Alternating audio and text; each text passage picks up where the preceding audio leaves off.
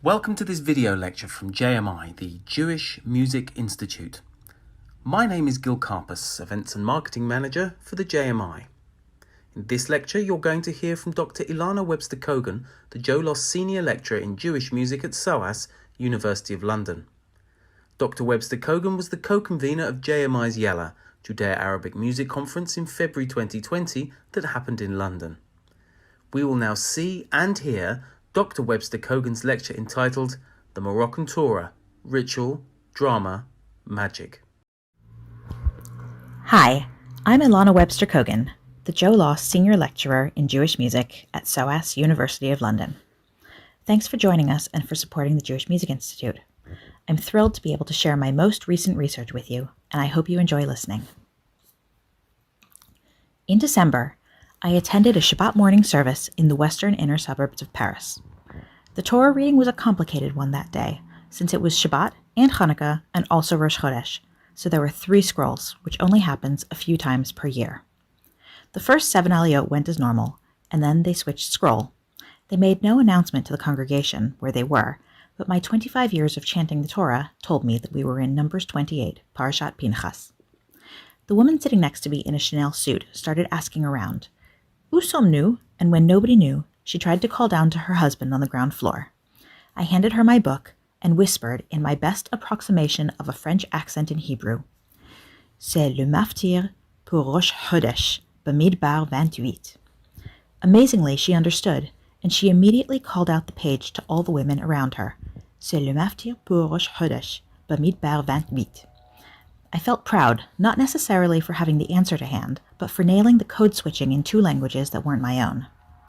Sociolinguists would have plenty to say about this grammatically straightforward sentence, but I mention it because it literally took me 25 years of training to prepare it.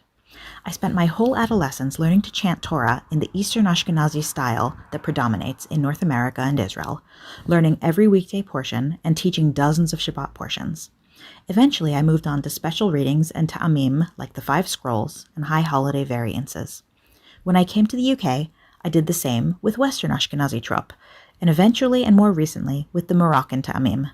That specialist knowledge was required to know, without announcement in the women's gallery, that the first maftir was for Rosh Chodesh, which is to say that the first supplementary Torah reading was the one for the new month, always chanted from Parashat Pinchas, or Numbers chapter 28.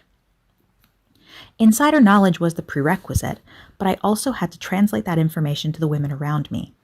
This required 11 levels at the Alliance Française, learning the French pronunciation of Hebrew words, and making a good faith attempt at the Arabic-inflected accent on Chodesh. This required what sociolinguists call code switching, or moving between 2 languages or dialect, and the matched guise technique, where a speaker takes on the speech characteristics of their conversation partner. In effect, my attempt to render myself an insider was a performance. I remained an outsider because nobody in the synagogue knew me, but I presented myself as some variation of an insider by knowing the right place in the Torah and articulating it in properly rendered dialect. And it goes without saying that the text in question is far less known in the women's gallery. When we read from the Torah, it's often impossible to tell from the scroll itself whether it's Sephardi or Ashkenazi, or indeed the era of its writing. That's why I was so excited to be introduced to the PERREIRA scroll, as I'm calling it, which was written in 1734 in Morocco and is currently housed in London. I had the opportunity to read from it when a kind soul with some authority allowed me to inspect it not long ago, traversing the strict gatekeeping that usually keeps women away from certain ritual objects. It was no doubt the oldest scroll I've ever handled, and it possessed a few noteworthy characteristics that deserve further examination. For example, its scribe wrote the letter Ayin with a heavy script, making it appear darker and thicker than the other letters, and sloping below the line. Is this a reminder today to British Jews not to forget their Sephardi origins as they become increasingly English? Or is it a signature of a scribe who has been lost to history? Or is it an idiosyncrasy like the columns that contained 46 lines instead of the more common 42? The scroll leaves me with a lot of questions, and being near it makes me feel a bit emotional. This text holds visceral power over its practitioners as a living document despite millennia of textual fixity. Mostly, though, I want to know, what's it doing in London? Joshua Schreier's wonderful book, The Merchants of Oran, brings some light to the extraordinary story of the PERREIRA scroll through analysis of super merchant Jacob Lassery's trade relations with England in the early 19th century. The city of Tetuan in northern Morocco was a major center for Megorashim, the Jews of Spain who settled in Morocco after the expulsion, speaking the Ladino dialect called Hakitia, and eventually coming to form the majority of the merchant class in Gibraltar, less than 100 kilometers away. Eventually, Rabbi Isaac Neto moved from Gibraltar to London in 1728 to become the rabbi at Bevis Mark Synagogue, and this administrative spiritual channel remained open for centuries. Indeed, the PERREIRA scroll perhaps even made its way to London during Neto's tenure. When the scroll came to London, it brought with it a story of circulation and empire, and of the abiding centrality of the Torah in the dramatic and mobile lives of the Jewish people. When I found the PERREIRA scroll, I had been working for some months on a project tracing historic North African Torah scrolls across triangular paths of migration. Some Torah scrolls are written in Israel and sent to congregations in France, who trace their lineage to Algeria, and some scrolls are written in Morocco and follow their community to France, even if many members of the community eventually wind up in Israel. Unlike other forms of triangular migration, such as the transatlantic one, this triangle moves in every direction, with Moroccan Israelis traveling to Morocco as tourists, and the occasional French Jew even moving back to Morocco. Finding the PERREIRA scroll here in London turns my triangle into a sort of trapezoid, which in turn becomes a web quickly when we consider Montreal and all the other unexpected places that the Jews of Morocco continue to end up. My journey has not been obstacle-free, as working on this project would no doubt be much easier to manage if I were a man. But I have been introduced to some extraordinary Torah scrolls, including several from Baghdad that are inscribed on leather. Apparently there are 50 in the UK alone. A circuit through the Sephardi synagogues in London would yield scrolls that have made the journey from Israel, North Africa, Baghdad, the Netherlands, the Ottoman Empire, the USA, and beyond. We can find Torah scrolls from places where there is no longer a community. We can find Torah scrolls from places where the governing political entity folded a century ago. Such is the resilience of this text.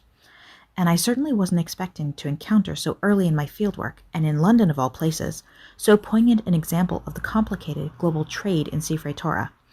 If we may be permitted to extrapolate from objects to people, then here was the stark evidence of the messiness of Eidah, the intermingling of Jews, and Nusachim, liturgical practices from across the globe. On my first research trip for a new project, I seek out French-speaking synagogues in Tel Aviv. There are a lot of them. Not Moroccan synagogues, strictly speaking, because those could equally be for the Moroccans who immigrated in the 1960s.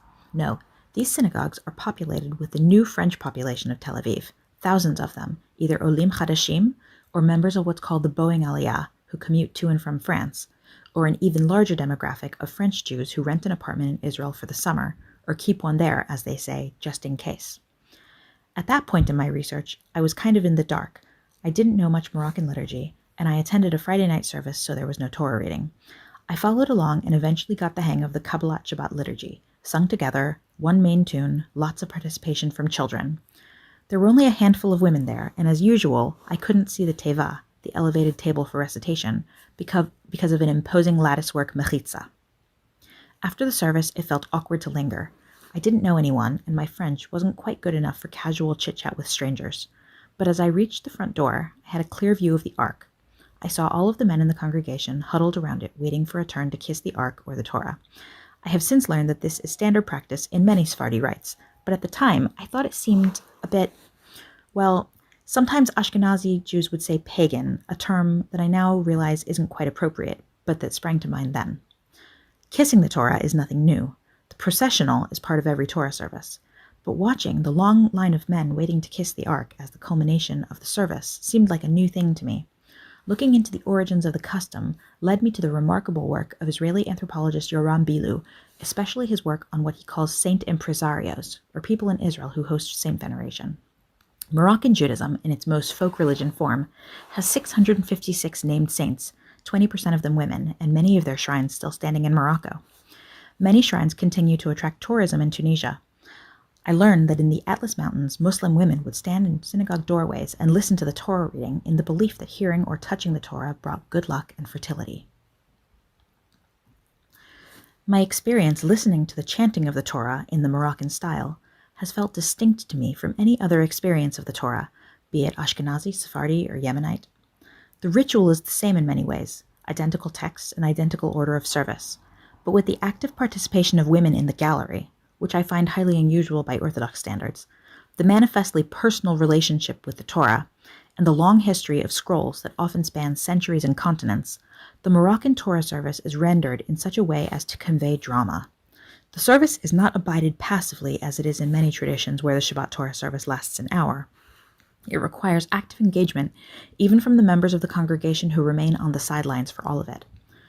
And part of the reason for that might well be the long-standing tradition in Morocco that attributes to the Torah certain magical properties. Jeffrey Summit explains that the practice of the Shabbat Torah reading connects Jews horizontally across the world where everyone reads more or less the same passage every Shabbat, with notable exceptions of triennial portions in progressive congregations or differences in Israel and diaspora based on the festival calendar, but that it also connects Jews vertically across the generations. The Torah chanters he interviews reported that chanting the Torah makes them feel closely connected to their ancestors and helps them to feel ownership of the tradition. Anthropologists might frame this in terms of kinship, and sociologists might claim that there is a collective effervescence to conducting this ritual together, and both of those framings are no doubt appropriate. And I would also add to that analysis a framing from performance studies that considers the interplay of ritual and drama, supplemented by this intangible feeling of magic that I can myself feel at my fingertips when rolling the PERREIRA scroll. So by way of that long introduction in this presentation, I will describe my recent work scouting out special North African Sifrei Torah that have made extraordinary journeys in the dynamic and triangular pathways of Maghrebi Jews. In learning to chant the text of the Torah in the Moroccan style, I have learned much more than that. Of course, the letter is indeed central to Torah chanting, so much so that a single fault renders a scroll unusable in worship. But this is a letter to which we give a body through our voices that becomes a resonant, living, communal experience. My search across continents for special Moroccan Torah scrolls has yielded much more than the stories of scrolls themselves. It has demonstrated that embodied forms of Torah-based ritual knowledge add drama and magic to one of the world's oldest rituals. The 3 short vignettes I shared before, describing different encounters with Moroccan Torah rituals, offer a few brief glimpses into how this ritual drama magic complex plays out in chanting and performing the Torah in the Moroccan style. To go into a bit more detail, we will now go deeper into the nuts and bolts of chanting the Torah. In the particular case of my research, my gender and ethnicity factor heavily into my findings. Among the people in the world who consider themselves proficient in the Moroccan style of chanting the Torah, the vast majority, let's say probably well over 90%, are male. In order for a woman to become an expert in the tradition, she would first have to come from a liberal tradition, such as conservative or modern Orthodox Judaism, that both passes on the skill of chanting the Torah and also permits the tradition among girls, women too of course, but particularly girls with regards to secondary education. Moroccan Jewry, as a predominantly Orthodox enterprise, has no such tradition as female chanting because of Kol Isha, ritual cleanliness, and so forth. Therefore, any woman who seeks to learn to chant must either first be an expert in Moroccan Judaism and then learn the tradition of chanting the Torah, or be an expert in chanting the Torah and then learn about Moroccan Judaism. There is no such category as female expert in Moroccan Torah chanting because nearly any woman who is religious enough to care about hearing the Torah chanted likely has been raised to think of the Torah scroll as the domain of men. So in that context, even with the best intentions, I couldn't just walk into a Moroccan synagogue and proclaim myself an expert in chanting the Torah. If I were a man who spent his life learning multiple chanting styles and showed motivation to excel in the Moroccan style, there's plenty of evidence that such a person would be welcomed with open arms, tutored, and invited to practice his craft publicly. The thought of this alternate universe brings to mind Virginia Woolf's exposition of Shakespeare's sister. And like with Shakespeare's sister, the very thing that might make me a welcome addition to the community as a man, expertise in the text and passion for expanding my skills, would also render my activities unacceptable, even blasphemous. So fieldwork has been slow going. I can't stroll into a service and ask a rabbi for an interview. I have to go a longer way around, becoming familiar to a community, and then only really asking the questions I want to ask once I have proven myself to be serious and well-intentioned. With those caveats in mind, I'd like to spend a few minutes exploring in some depth the system known as chironomy, the hand gestures that help the Baal Koreh, the person chanting from the Torah, to remember the cantillation marks. For men who are already cantillation experts, or who sit near the teva, the reading desk, on Shabbat morning, this might sound a bit basic, but please bear with me. Despite my 25 years of chanting the Torah, on a weekly basis for about half that time, I never saw chironomy in action until 6 months ago. Let's return to the synagogue in Paris that I mentioned at the beginning. I arrived in time for the Torah reading, hoping that I might get to see the Torah scroll. The scroll at the French synagogue I've attended in Tel Aviv is beautifully encased in metal, because it used to be an Iraqi synagogue, but I had never really seen it because the mechitza there, the separating screen that women sit behind, left me squinting through the latticework. I thought that if I got the right seat at the Paris synagogue, I might get a glimpse of the Sefer Torah, the script, the spacing, whether the parchment's texture looked different from afar. So I sat right in the middle of the Ezrat HaNashim upstairs, with a view directly over the teva if I was standing up. I think of Iris marrying Young in her classic text Throwing Like a Girl, when she writes that the space of yonder exists for feminine existence, but only as that which she is looking into rather than moving in. I spent the next 2 hours quite gratefully looking in. They took out the Torah scrolls, 3 that day, for Shabbat and Rosh Chodesh and Hanukkah. 2 were cloth-covered and 1 was metal-covered. I got what I was there for, a chance to see the script from a reasonable distance. When the Chazan stepped up to the teva to chant, I remained standing to watch. The women around me could have presumed me a zealot or a psychopath. And then I saw something I truly hadn't expected. The rabbi proceeded to render the ta'amim, the cantillation marks, in hand gestures. One for ma'arich tarcha atnach, another for sof pasuk, a more intricate one for riviyah, 2 fingers for azla geresh, a spiraling motion for ger shayim. For any Ashkenazi listeners, the Moroccan names of the ta'amim are slightly different, although also in Aramaic. From the speed of the gestures, I could see that both the rabbi and the chazan were quite practiced in this method, and extremely precise in the rendering of cantillation. It didn't take me long to be able to replicate most of the ta'amim myself, and I soon raced home to record myself demonstrating them in case I forgot them. I had, of course, heard that there were methods for displaying the ta'amim through hand gestures. It's called chironomy in English, or just simanim, signs, in Hebrew. The version I saw emanates from Fez, but in Rabbah, the reader would accompany himself. I've read that the Jews of Jerba would touch the reader's back with the shapes. Never having seen it, though, I had surmised that the practice had died out. It turns out that I just couldn't see it because of the mechitza. It turns out that everyone does it, and not just Moroccans. Spanish Portuguese, Adanis, virtually anyone davening Nusach Sfard in London also uses hand gestures when chanting the Torah. And that turns the chanting into a performance, one that adds a live, embodied drama to the ritual. While trying to remember all the simanim, I also had to process something I could hardly believe. I saw before me a practice that, despite my own decades of work to become an expert, I had never seen before because synagogue architecture kept me from seeing it. This shibboleth of expertise, literally a secret handshake, had profound implications for the teaching of Torah chanting, and I didn't even know that I didn't know about it. In the weeks after that trip to synagogue in Paris, I read everything I could about chironomy. Texts by Avineri, Be'er, Herzog, Jacobson, Kadari, Wicks, and more recent texts like the works of Essica Marx and Jeffrey Summit. Saul Levin, informed by the expertise of Asher Laufer, penned an article referring to chironomy in Sana'a, Cairo, and Jerba. Solomon Rosovsky's massive 1957 tome, The Cantillation of the Bible, devotes only 1 paragraph to the subject on page 521, so this was something of a DIY enterprise. It's worth explaining the system briefly. The system of chironomy ranges from simple to intricate, depending on the dual factors of the skill of the performer and the cantillation style of the chanter. In the Adani synagogue in Stamford Hill, for example, only ornamental disjunctives are marked, which is to say a riviyah or a tevir, and not a zakef katon or an atnach. Even sof pasuk, the ultimate first-level disjunctive, isn't demonstrated in any way. So at the Adani service, or indeed in any Yemenite service, there might be just 2 gestures in a verse, or even none if the verse doesn't contain anything fancy.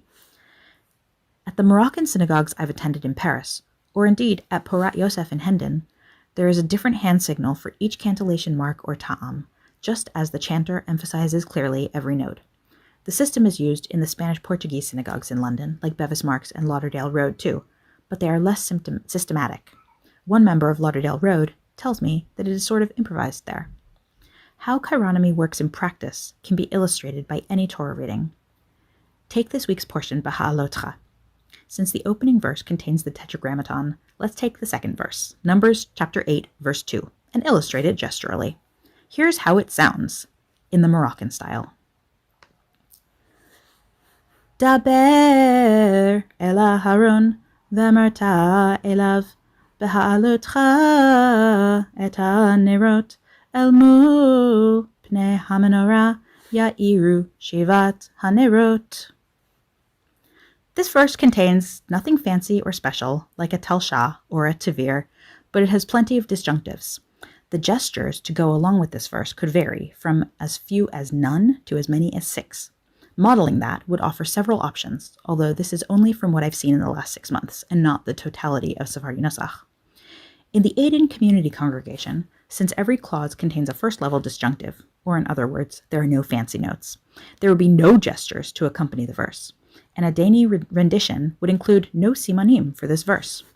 In the Spanish-Portuguese congregations of London, like Lauderdale Road, the simanim would be a simple waving of the hand for each clause culminating in a disjunctive, of which there are 5.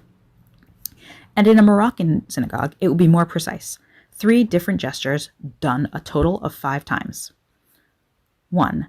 Daber el Aharon. 2. V'amarta elav. 3. Beha'alotcha et ha'nerot. 4. El mul pnei hamenorah. 5. Ya'iru shivat hanerot. Those are a lot of options, and they reflect the wide variety of melodic ornamentation we find in chanting styles that we might loosely call Sephardi. In total, the phenomenon reminds me of the passage in Exodus where Aaron and Hur raise Moses' hands during the Israelites' battle with the Amalekites. These accompaniments to chanting turn the accompanist into a kind of conductor and increase the drama of the reading for anyone who is fortunate to catch a glimpse of it. There are some further implications to my discovery having to do with access. I feel that this specialist knowledge has been actively withheld from me, although it's casualty of my being female rather than an active conspiracy. Going back to Iris marrying young and what I didn't know that I didn't know. For any lived body, the world appears as the system of possibilities which are correlative to its intentions. For any lived body, moreover, the world also appears as populated with opacities and resistances correlative to its own limits and frustrations. This text appears fixed, but its performance practice appears to be ever-changing and often undocumented. It is only in live performance that the text is brought fully to life, and the gestural accompaniment is part of the alchemy that turns a 2-dimensional text into a live drama. There's much more to explore in the ritual drama magic complex of the Moroccan style of chanting the Torah. You'll soon be able to read material I'm working on about specialist readings like Megillat Esther, the scroll chanted on Purim, and the Ta'am Elyon, the tune used to chant special and poetic passages like the Song of the Sea and the 10 Commandments in the Book of Exodus. In the meantime, one can find further reading from the Syrian tradition on additional readings in the superb work of Mark Kligman. As this project progresses, I will also expand on the connection between chanting the Torah and saint veneration. Just to wrap up, though, it's pretty obvious that there's nothing I can do about the religious limitations of mechitza or kol isha or the strict enforcement of ritual purity laws. I will never have full access to the Torah scrolls that I am so eager to study, and I will probably never chant in public in a Moroccan synagogue. I can live with that. What gives me pause is this new awareness of all the other equally important cultural information that I'm missing by not being an insider in this particular tradition. I'll have to come to terms with that as I haggle with synagogues for access, some attempts at which have been mixed. But coming back to the PERREIRA scroll I mentioned at the beginning, and what the scroll means to a transnational network of Moroccan Jewry that is characterized today by movement and upheaval. Here we have a text that appears fixed, and yet its performance remains highly fluid and subject to adaptation. Is this not how communities are? Is this not how the history of worshipping in Nusach Sephardi has unfolded across the 20th century? Whether referring to the textual borders of an unusual 46-line scroll, or the ethnic borders of who belongs to the community, or to the invisible borders between that which can be accessed and that which can't, the disjuncture between knowledge, practice, and access defines the life of a text and the lives of those who cherish it.